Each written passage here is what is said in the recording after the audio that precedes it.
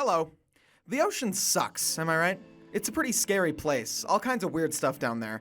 Historically, I am terrified of the ocean, personally. I couldn't finish Subnautica because it was too scary. When I was a kid, I'd be terrified of dying to sea urchins and giant unknown creatures on the deep end of the public pool. I still am. Despite that fear, though, it's a gorgeous thing. The sea deserves to be protected, preserved, explored.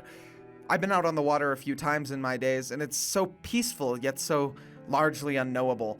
It's relaxing, though, as long as you don't stare too deep into the water. God forbid you're out there at night.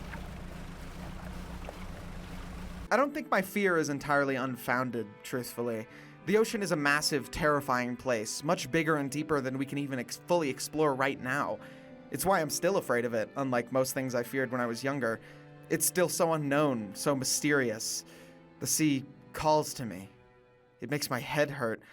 The things real and fictional that have crawled out of that horrid blue, it sings sweet songs in my ears and begs me to pull from the depths to find it. It. The cure for my ills, the end of the beginning. My end and his beginning. I must catch more fish. I need to find the truth. It whispers to me, softly, with malice and hatred, like a wild animal or a virus. It curls in my brain like a snake, only to ask, what was it all for? Dredge is a really good game. Probably the best indie game of the year so far for me. It's a game where you go fishing, sell your fish, upgrade your boat to catch more fish, and craft more upgrades, slowly building up your boat to be the best vessel it can be, all while sailing and exploring the unknown seas. The game describes itself as an unusual fishing RPG, which I think is accurate. Dredge was made by Black Salt Games, who are a group of 3 New Zealand dev teams working together to create weird games like Dredge. And oh boy, fucking what a first game, seriously. Dredge is dripping, not just with the water from the countless fish you'll be dragging up from the deep, but also in terms of the deliciously creepy atmosphere, the addicting gameplay, the mysterious story, the beautiful music, the simple yet extremely effective writing. It takes every shot with confidence and lands every single one. Like, this game has little to no flaws, and it's kind of amazing. This never really happens. I struggle to genuinely critique this game. I have to look for things to nitpick. Like, it's short and it's a slow burn, but that isn't really a critique as much as it's a preference. I would like to present the game to you in a relatively spoiler-free way, as so much of it relies on not knowing what's ahead. It's like Outer Wilds. By talking about it, you're losing the experience of discovering it yourself forever. So I will give you an idea of what the game is like without ruining any of the surprises too much. But if you're interested and you like this video and you like the energy of this game, please go play it for yourself. I promise it's worth it. I don't even care if you never finish this video. Just play the game. Give it the time it deserves. However, for our purposes here today, I won't be explaining the story fully, as it would ruin the whole thing for any interested parties. So I'm not going to completely spill the beans. For how can one explain such unexplainable madness? Good Lovecraftian games are fucking awesome. This is a fact, and there aren't enough of them. But more often than not, these games are extremely text-based, or Bloodborne, or story-driven adventure games, or otherwise. Rarely, if ever, do you actually see a game about the horrible unknown, especially in the ocean, in classic Lovecraft style. Which is why I'm so happy that Dredge exists. It's got the weird towns, the spooky monsters, the deep ocean, the madness, the mystique. It's got everything you could want from a game like this. It truly captures that feeling of being out at sea, in the palm of a creature so much larger than you. A creature that simply allows you to exist. Dredge isn't just a horror game, but nor is it just a fishing game. It delicately walks that balance between multiple genres so effortlessly that it almost makes it look easy, sitting comfortably in itself. But it is not easy. In fact, it can be very complicated to do effectively. However, Dredge isn't a very complicated game. It's not going to overwhelm you with fuckloads of information at once and leave you confused. It's quite comfortable being quiet and simple, and I think that's why it works so well for so many. For example, the game's opening is a perfect showcase of this. It opens with your character, a fisherman out at sea, heading towards a job offer as an angler in a nearby town, when he is swallowed by a mysterious fog closing in around him, before crashing into a nearby cliff below a lighthouse. You then wake up in Greater Marrow, a small town nearby to where you crashed. You get introduced to the mayor and the fishmonger, and then you're told to get out there and catch some fish to pay off your boat repair debt, and you're off. That's it. This only takes about 5 to 10 minutes, not even. The game revels in not telling you anything, and it's not going to tell you where its secrets are. You have to work for them. They give you tutorials where they're needed, and everywhere else it just forces you to figure it out on your own. It gives the game this uneasy feeling like it's manipulating you, ironically like a siren, slowly dragging you deeper in using the addictive gameplay and calming music, only for you to realize that you're in the maw of a beast waiting to shut. It's really something special, as one moment you're hanging out catching some cod, and another moment you're...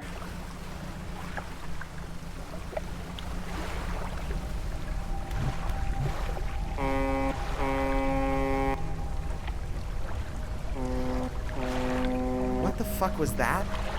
Dredge is one of very few games I could consider haunted, which is really hard to pull off and have it not feel forced. I think of something like PT and how effective it was originally, and then how many copycats emerged doing it not nearly as well. So many times games like The Sinking City and Call of Cthulhu have the right aesthetic, the right visuals, and they're good games, but they miss that nebulousness. They lack the subtlety that they need to truly work. When I play those games, I feel like I'm playing a game set in a Lovecraftian world, but that's it.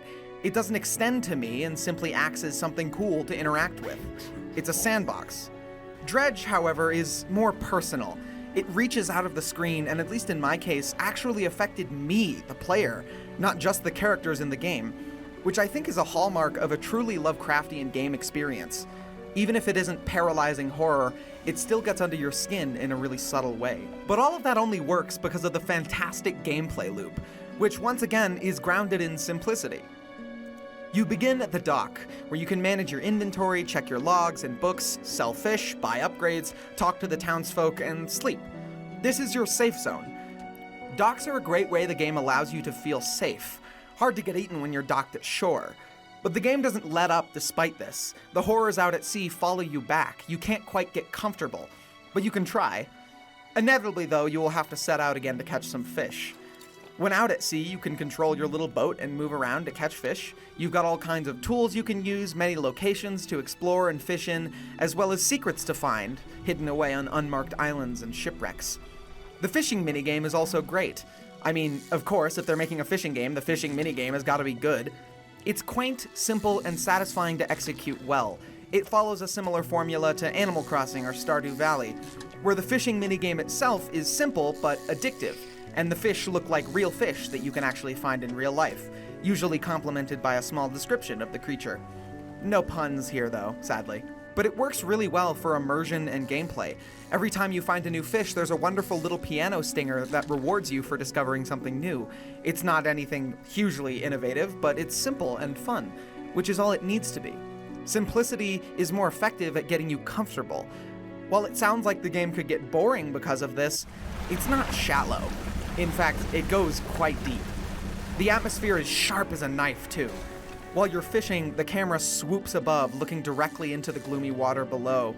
The way the HUD is designed here, you're pretty much always going to have a view of the water in your peripheral vision, watching for something bigger than what you're fishing for. It's really good at building dread and tension.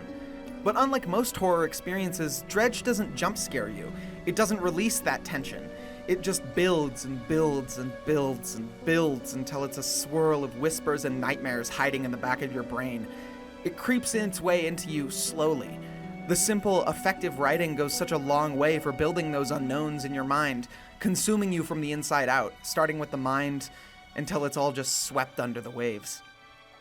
Before you go out on the water to catch some fish for the first time, though, the mayor says something to you. I don't suppose I need to say this, but get back by sundown, before the fog rolls in. Keep a close eye on the time. It can really creep up on you. What stops Dredge from becoming boring is this time system. Time only moves when you move. Super. Or fish. So time goes by much quicker than you think it does. Managing it requires much more active attention. But why, you may ask? Why do I care about not staying out at night? I'm not afraid of the dark. Well, maybe you should be.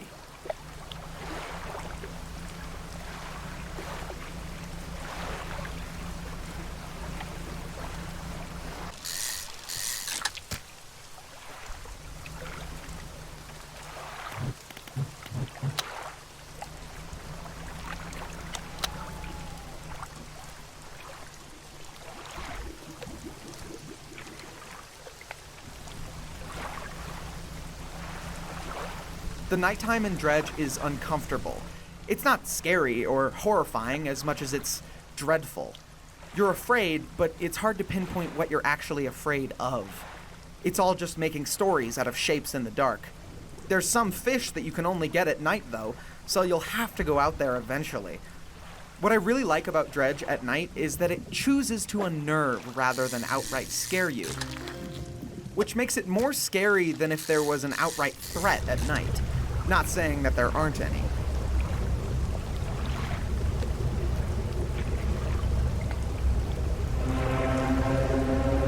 But the atmosphere and sound design carry so much of that uneasiness that the enemies don't need to do much to get you freaked out. The thick fog closes in around you, preventing you from seeing far ahead. The strange shapes you can make out in the water sometimes. The strange sounds you hear off in the distance. Dredge is an excellent slow burn horror game that is really hard to put down, which is a good quality for a slow burn game. It takes its time with its ideas, but also doesn't leave the player waiting for something to happen the whole game. You're kept busy while the dread builds in the background. There are many things I didn't even mention in this first part, and that was on purpose. To give away those things would ruin the whole experience. So you just gotta dive into the unknown. Make some money, catch some fish, find some treasures, explore, and just pray that the sea doesn't take you like it did the rest of them.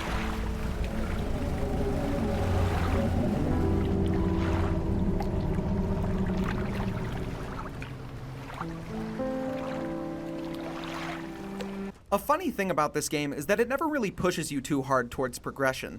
The game will never put a rope around your neck and pull you towards where you have to go. The game revels in the fact that you are the one driving the story. It wants you to believe that you are in control. So much, in fact, that the main story doesn't even start until you push the first domino. As you sail across the vast open ocean, you'll eventually fish up something strange.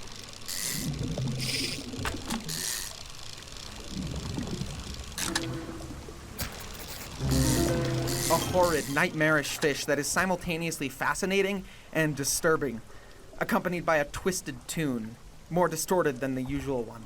It makes your head hurt, but it's beautiful.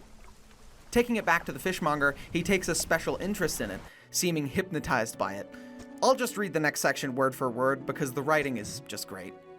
You hand the grotesque fish to the fishmonger. He grins, raising the fish up to his face with a deep, stuttering breath. Ah, this is the sort of specimen to liven up my day. I wonder. He runs his fingers firmly along the length of the fish, as though feeling for something. He pushes from one side of its stomach, and a small shape can be seen against the bulging scales. He slices the fish open.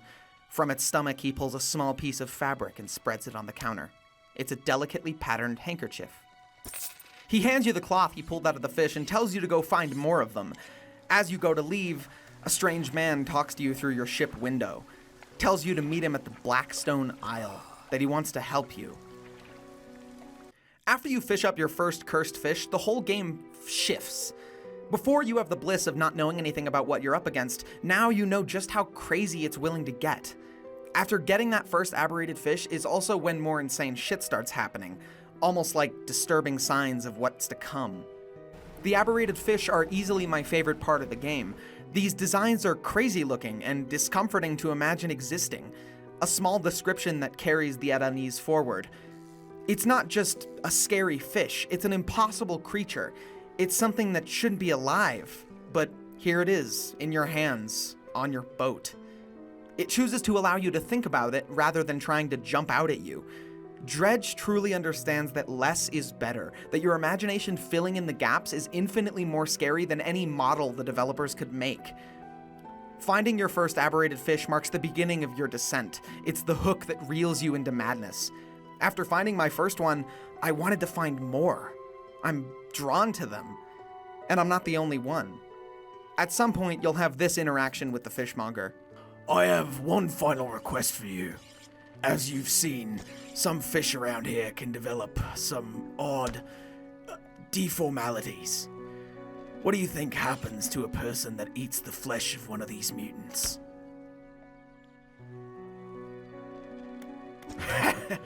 Well, perhaps. But I want to know for sure. Bring me a mutant fish. Any will do. Just keep this between the two of us.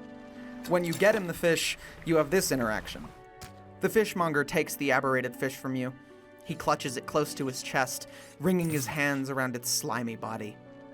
Yes, this should do nicely. Here's what the fish is worth.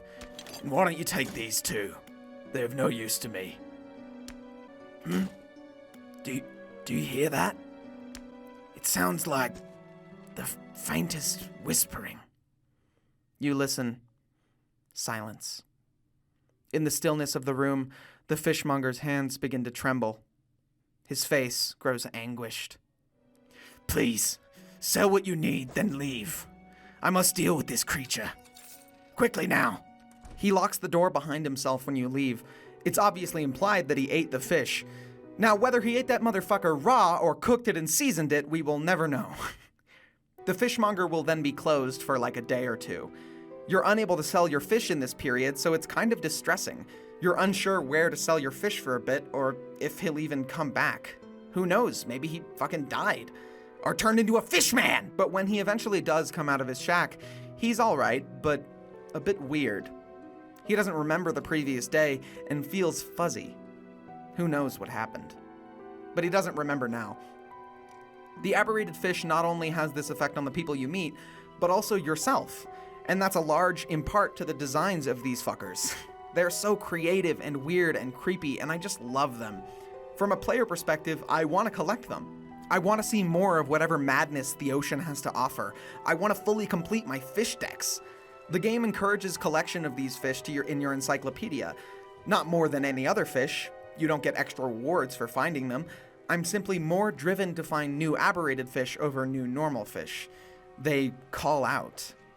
Of course, I have a gameplay reason to collect them, but I can't help but get a weird feeling that this is exactly what it wants. That I'm being pulled closer and closer into the abyss with each fish I drag out of the water. There's a congruence between gameplay and story there that is genuinely really compelling. I'm driven to catch these strange fish, but is it because I want to, or because I need to? Visiting the collector on Blackstone Isle, he greets you from the door of a large mansion that he lives in. The man is standing in a doorway, watching you approach. He's holding an old book in one hand. It's bound in crimson with silver ribbons. You came. Good. Allow me to introduce myself. I am a collector of many things. Art and artifacts, treasures and truths, and curios that occupy the periphery of desire.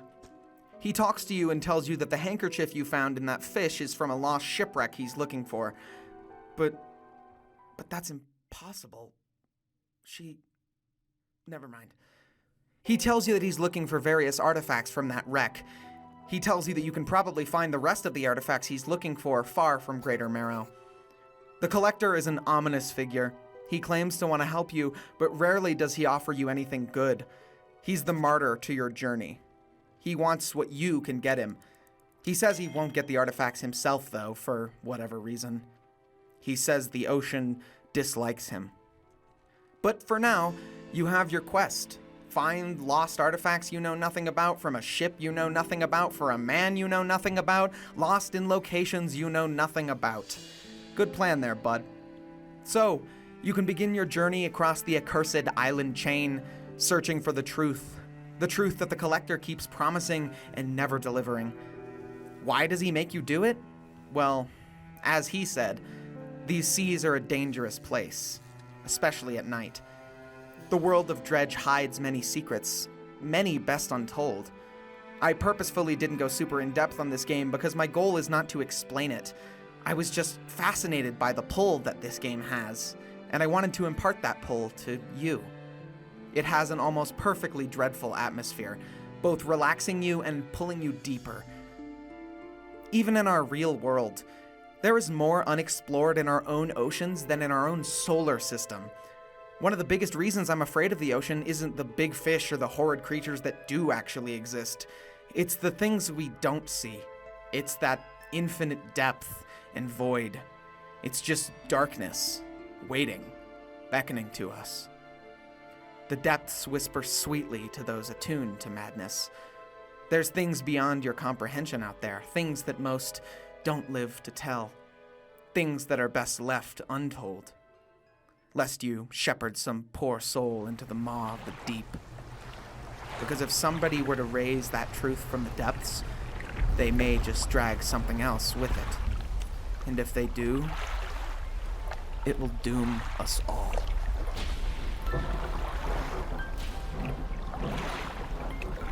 The most merciful thing in the world, I think, is the inability of the human mind to correlate all its contents. Someday, the piecing together of dissociated knowledge will open up such terrifying vistas of reality and of our frightful position therein, that we shall either go mad from the revelation or flee from the light into the peace and safety of a new dark age. H.P. Lovecraft.